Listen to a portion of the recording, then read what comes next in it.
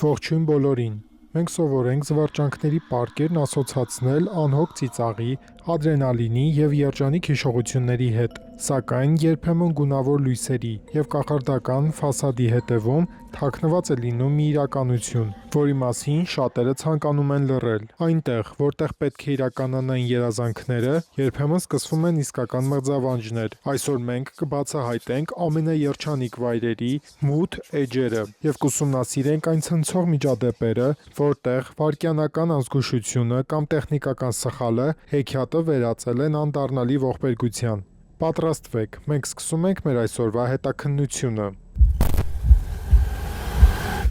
Շլիտերբան ջրային պարկում, աշխարհի ամենաբարձր ջրային սահնակի վրա տեղի ունեցած շունչը կտրող արկածը բացահայտեց անվտանգության տեխնիկայի շոկային խախտումներ, որոնք հավերժ կհետապնդեն պարկին և 10-ամյա Քեյլեբի ընտանիքին։ Ենթադրվում էր, որ դա կլինի կատարյալ ամառային օր, 2016 թվականի օգոստոսի 7-ին։ Միշել և Սքոթ Շվաբները, ամուսնական զույգ Կանզասից, որոշեցին իրենց 4 որդիներին տանել Կանզաս Սիթիի Շլիտերբան ջրային պարկ։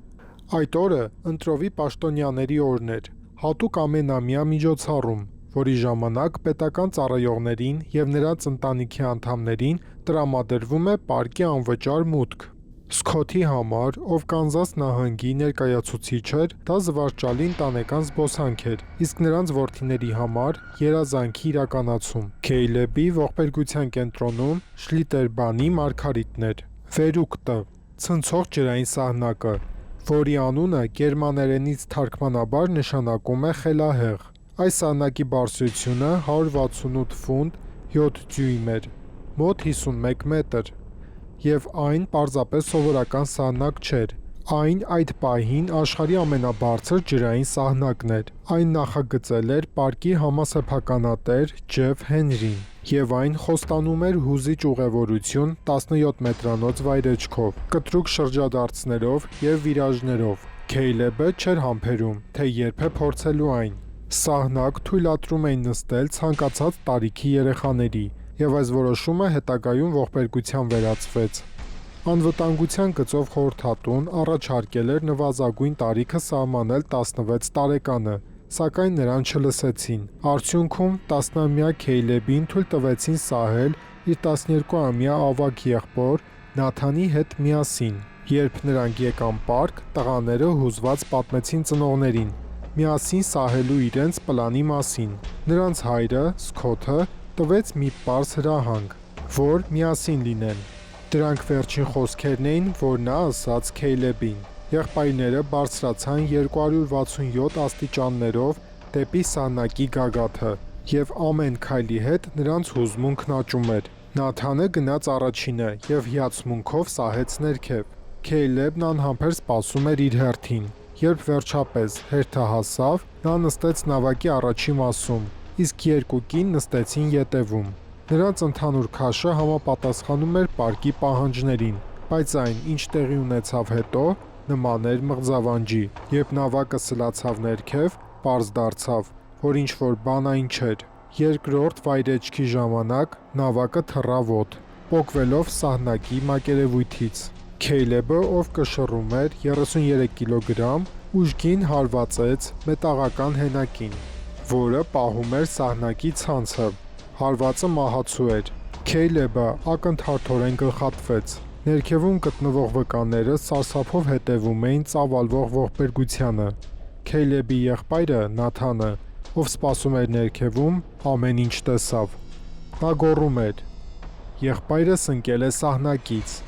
Երբ Քեյլեբի մայրը՝ Միշելը, փորձեց մոտենալ որդուն, նրան կանգնեցրին անցորդները, ովքեր գիտեին, որ այդ տեսարանը ծնողների համար չէ։ Սքոթը՝ Քեյլեբի հայրը, շոկի մեջ էր, երբ իմացավ, որ որդին մահացել է։ Այս ողբերգությունը հանգեցրեց հետաքննության, որը բացահայտեց անվտանգության մի շարք լուրջ խախտումներ։ Քեյլեբի թեթև քաշը պատճառ էր դարձել, որ նավակը շարժվեր ավելի արագ և բարձրանալ ավելի վերև, քան մյուսներինը։ Ցավոք, Վերկուտը խնդիրներ էր ունեցել դեռ բացվելուց առաջ։ Փորձարկումների ժամանակ նավակներից անընդհատ թռչում էին ավազով լցված պարկերը, Եվ ինժեներները զգուշացնում են լուրջ ռիսկերի մասին, սակայն ատրակցիոնը միևնույնն է, գործարկեցին։ Իսկ Ջեֆ Հենրին վստահեցնում էր դրա անվտանգության մասին։ Քեյլեբի մահը միակ դեպքը չէր։ Վերկուտի 13 այլ այցելուներ վնասվածքներ էին ստացել, ներառյալ ուղեղի ցնցում և ողնաշարի վնասվածքներ։ Քեյլեբի մահից հետո Շլիտերբանը Շվաբների ընտանիքին վճարեց $20 միլիոն։ Վերկուտը ապա մոնտաժվեց, իսկ ջրային պարկը փակվեց 2018 թվականի սեպտեմբերին։ Ջեֆ Հենրի և մյուսների դեմ ներկայացված հայցերը ի վերջո հետ կանչվեցին, սակայն ողբերգությունը աջնջելի հետք թողեց բոլոր մասնակիցների կյանքում։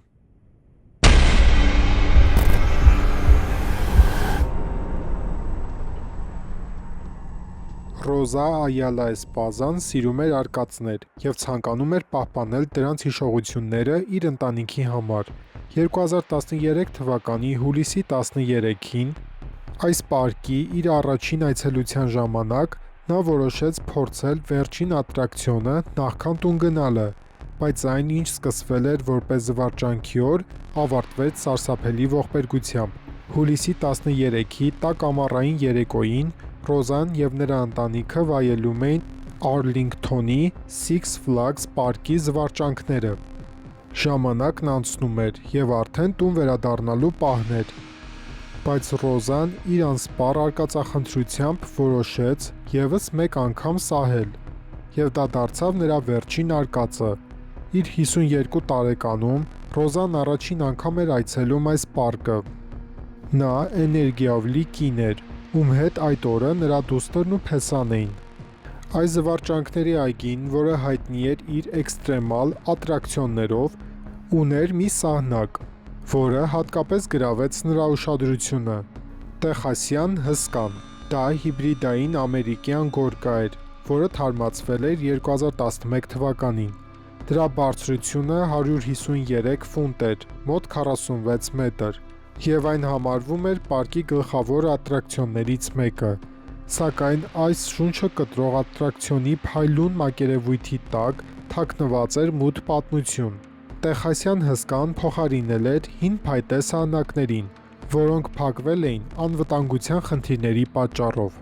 Ռոզան և նրա ընտանիքը չգիտեին, որ պատմությունը չարագուշակ հատկություն ունի կրկնվելու։ Մոտավորապես ժամը 18:40-ին Ռոզան նստեց տեխասյան հսկայի թիվ 3 վագոնը։ Մյուս ուղևորները նկատեցին, որ նա անհանգստացած էր, հատկապես անվտանգության ամրագոտիների համար։ Կարմեն Բրաունը, մեկ այլ ուղևոր, պատմեց, որ Ռոզան ասում էր իր մտավախությունների մասին, թե ամրագոտիները հուսալի չեն։ Պարկի աշխատակիցը, փորձելով հանգստացնել նրան, ասաց, որ եթե նա լսի կտտոց, ապա ամեն ինչ կարգին է։ Բայց մյուս վկաները պնդում էին, որ ոչ մի կտտոց չեն լսել։ Չնայած մտավախություններին, ուղևորությունը սկսվեց։ Մի քանի ակնթարթ անց օդում ճիչ հնչեց, բայց դա ուրախության ճիչ չէր։ Ռոզայի դուստրը, ով նստած էր կողքին, շրջվեց և տեսավ սարսափելի մի պատկեր։ Ռոզան գրեթե պառկած էր մեջքի վրա, և նրա գլուխը հատակի մոտ էր, իսկ ոտքերը ուղղված էին վերև։ Երբ վագոնը բարձրանում էր երրորդ բլուրը, տեղի ունեցավ անդառնալի։ Ռոզան դուրս թռավ նստատեղից։ Նրա ընտանիքը միայն անօգնական կարող էր հետևել, թե ինչպես է նա ընկնում ներքևի կոնստրուկցիաների վրա։ Երբ վագոնը վերջապես վերադարձավ կայան, նրա հուսահատ ընտանիքը աղաչում էր անձնակազմին բաց թողնել իրենց, բայց արդեն ուշ էր։ Ռոզան արդեն մահացել էր ստացված վնասվածքներից։ Նրա մարմինը գտան թունելում, հենասյան շուրջ փաթաթված։ Այս ողբերգությունից հետո բացահայտվեցին տագնապալի փաստեր։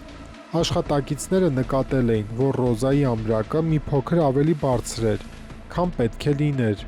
Բացի այդ, հաղորդումներ եղան, որ անվտանգության համակարգը շարքից դուրս էր եկել դեռ նախորդ շաբաթ։ Մեկ այլ այցելու նույնպես հայտնել էր նմանատիպ խնդիրների մասին, որը վերաբերվում էր հենց նույն վագոնին, այդ դեպքից մի քանի օր առաջ։ Չնայած դրան, Six Flags-ը հայտարարեց, որ մեխանիկական անսարքություններ չեն եղել։ Ռոզայի ընտանիքը դատի տվեց պարկին։ 2014 թվականի նոյեմբերին գործը կարգավորվեց հաշտությամբ, ներդնելով անվտանգության նոր միջոցներ։ Այդուհանդերձ, Ռոզայի մահը մնում է որպես մութ հիշեցում էքստրեմալ ատրակցիոնների հետ կապված ռիսկերի մասին։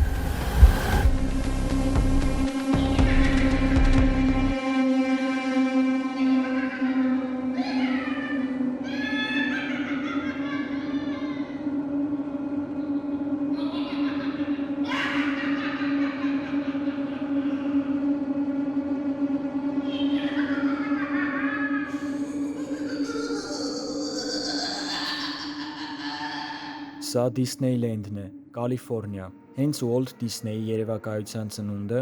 որը հաճախ տոնվում է որպես երկրի վրա ամենաերջանիկ և կախարդական վայրը, բայց նույնիսկ այս ուտոպիայում, հեքիաթային ճակատի հետևում, եղել են իր մութ պահերը։ Մինչև 2003 թվականը 27 մարդ ողբերգաբար զոհվել են Դիսնեյլենդում, ստվեր գցելով նրա փայլուն հեղինակության վրա։ Այս դեպքերի մեջ մեկն առանձնանում է իր բացարձակ անհեթեթության և սիրտ մաշող բնույթի շնորհիվ։ Խոսե Մարտինեսի փորձությունը։ 2009 թվականին Խոսեն կվադրիպլեգիկ, 4 վերջույթների կաթված ունեցող տղամարդը որոշեց վայելել պարկը կնոջ հետ, նստելով պաշտամունքային ատրակցիոնը։ Դա պետք է լիներ հանգստացնող, հաճելի փորձառություն, լի անիմացիոն տիկնիկներով, որոնք երգում էին միասնության զվարթ հիմնը, բայց ամեն ինչ արագորեն փչացավ։ Երբ ատրակցիոնը փչացավ և մյուս ուղևորներին օպերատիվ կերպով տարհանեցին, Մարտինեսը մնաց իր նավակի մեջ, հնարավոր չէր շարժվել կամ փախչել,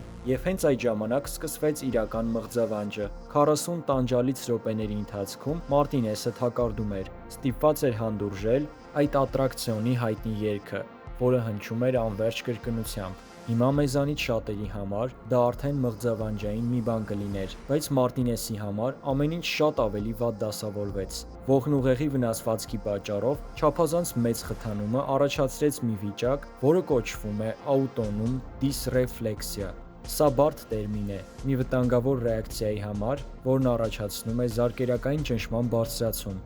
ինչը կարող է հանգեցնել ինսուլտների կամ նույնիսկ մահվան։ Մինչ Մարտինեսը միայնակ նստած էր իր սարսափելի փոքրիկ նավակում, նրա սթրեսը և անհանգստությունն ուժգնանում էին։ Սկսվեցին խուճապի նոպաներ, նրա արյան ճնշումը կտրուկ բարձրացավ, իսկ անդադար երաժշտությունը միայն վատթարացնում էր վիճակը։ Ատրակցիոնի բարձրախոսները լռեցնելու փորձերը ձախողվեցին, Մարտինեսին թողնելով զվարթ մեղեդիների տարօրինակ տանջալի ծողակի մեջ։ Այն, ինչ շատերի համար պարզապես հիշվող մեղեդի էր, նրա համար դարձավ բացառի սպառնալիք առողջությանը։ Դիսնեյլենդի արձագանքը այնքան էլ կախարդական չէր։ Ըստ ներկայացուցիչ Սյուզի Բրաունիի, պարկը կարծում էր, որ միջադեպի ժամանակ ցուցաբերվել է բավարար օգնություն, բայց ԱՄՆ շրջանային դատարանը այլ կարծիքի էր։ Դատավոր Ջեյմս Սելնան վճռեց, որ Դիսնեյլենդը չի կարողացել պատշաճ կերպով զգուշացնել սահմանափակ հնարավորություններով հյուրերին ատրակցիոնի վրա մնալու ռիսկերի մասին։ Դա դատապարտող վճիռ էր, որն ընդգծում էր պարկի անկարողությունը համապատասխանելու մատչելիության և անվտանգության հիմնական չափանիշներին իր բոլոր այցելուների համար։ Մարտինեսի հայցը միայն նրա անձնական խնդրի մասին չէր։ Իհարկե, $888,000 համաձայնությունը, որը բաժանված էր ցավի և տառապանքի փոխհատուցման և հաշմանդամների իրավունքների մասին օրենքների խախտումների միջև, որոշակի արդարություն հաստատեց, բայց նրա փաստաբան Դեյվիդ Գեֆենը հստակ հասկացրեց, որ գործն ավելի մեծ նշանակություն ուներ։ «Մենք հաղթեցինք հանրային քաղաքականության տեսանկյունից», բացատրեց նա, շեշտելով թեմատիկ պարկերի կողմից սահմանափակ հնարավորություններով հյուրերի իրավունքներին և կարիքներին լրջորեն վերաբերվելու անհրաժեշտությունը։ Այս դեպքը ծառայեց որպես տագնապի ազդանշան։ Սա ընդգծեց մատչելիության առաջնահերթության կարևորությունը և երաշխիքը, որ նույնիսկ ամենախոցելի այցելուները կարող են անվտանգ վայելել Դիսնեյլենդի կախարդանքը առանց վնասի կամ 40 րոպեանոց ձայնային ուղեկցությամբ առաջացած նյարդային քայքայման ռիսկի։ Այսպիսով հաջորդ անգամ, երբ կնստեք այդ ատրակցիոնը, հիշեք Խոսե Մարտինեսին և նրա սարսափելի պատմությունը, որովհետև թեև Դիսնեյլենդը միլիոնավոր մարդկանց սիրելի վայրն է, այն նաև ապացույց է այն բանի, որ նույնիսկ երկրի վրա ամենաերջանիկ վայրերում Անվտանգությունն ու ներառականությունը մեծ նշանակություն ունեն։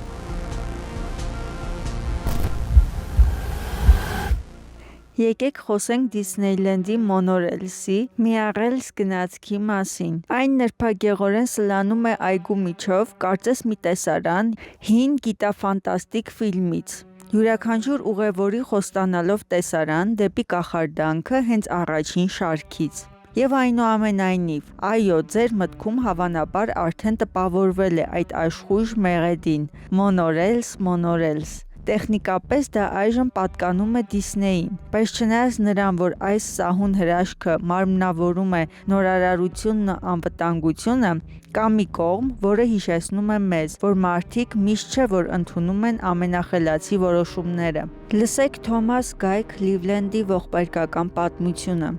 1966 թվականի հունիսի 17-ն էր։ Թոմասը 19 տարեկան էր։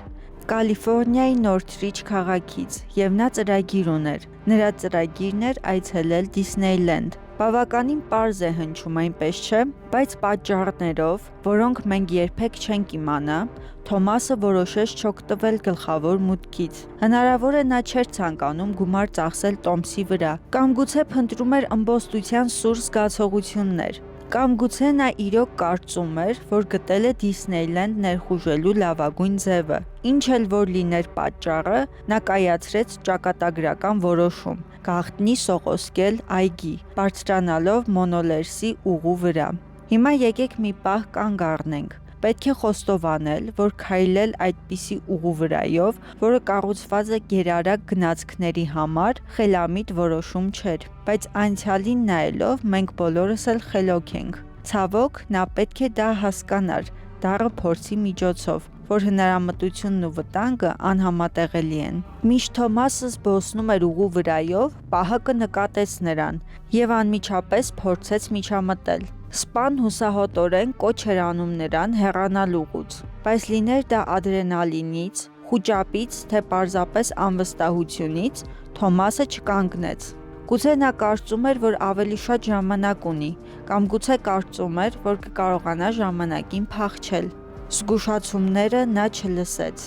Մոնորելսը սլանում էր նրա ուղղությամբ եւ տեղի ունեցավ ողբերգությունը։ Գնացքը հարվածեց Թոմասին եւ քարշ տվեց նրան, պատճառելով մահացու վնասվածքներ։ Սա ողբերգական միջադեպ էր, որը ոչ միայն խլեց երիտասարդ կյանք, այլև դարձավ Դիսնեյլենդի պատմության մեջ առաջին մահերից մեկը։ Այգու համար, որը հայտնի է որպես երկրի վրա ամենաերջանիկ վայրը, սա մռայլ հիշեցումն էր այն մասին, որ նույնիսկ կախարդանքի ու հրաշքների աշխարհում սխալ որոշումները կարող են հանգեցնել կործանարար հետևանքների։ Թոմասի պատմությունը առանձնանում է ոչ միայն իր ողբերգականությամբ, այլև այն դասով, որն իր մեջ կրում է։ Դիսնեյլենդի տրասպորտային համակարգերը մանրակրկիտ նախագծված են, որպեսզի լինեն անվտանգ, եթե դրանցից ճիշտ օգտվեն։ Երբ մարդիկ անտեսում են անվտանգության կանոնները կամ գնում են անհարկի ռիսկերի, նույնիսկ ամենակախարդական վայրերը կարող են վտանգավոր դառնալ։ Մոնորելսը կարծես ունի մագնիսական ուժ մարդկանց դրդելու ռիսկի դիմել։ Գուցե դա ռելսերի գրավչությունն է կամ այգու գաղտնի մտնելու ազարտը, բայց մի բան պարզ է, այդ սահուն, ֆուտուրիստական գնացքները չեն ներում, երբ մարդիկ հայտնվում են իրենց ճանապարհին։ Այսպիսով, ո՞րն է եզրակացությունը։ Եթե պլանավորում եք ուղևորություն դեպի Դիսնեյլենդ, օգտվեք պաշտոնական մուտքերից։ Իհարկե դրանք գուցե չունեն նույն ըմբոստ հմայքը, ինչ գաղտնի ներսողոսկելը, բայց դրանք ձեզ ողջ ու առողջ կհասցնեն նպատակակետին։ Կարճ ճանապարհները կարող են գրավիչ թվալ, բայց ինչպես ցույց է տալիս Թոմասի ողբերգական պատմությունը, դրանք չարժեն այդ ռիսկը։ Հաջորդ անգամ, երբ տեսնեք, թե ինչպես է մոնորելսը սահում այգու վրայով, մի պահ տրամադրեք այն գնահատելու համար։ Եվ հիշեք, ավելի լավ է հիանալ դրանով անվտանգ հեռավորությունից։ Հանգչիր խաղաղությամբ, Թոմաս, եւ եկեք բոլորս դաս քաղենք այս պատմությունից։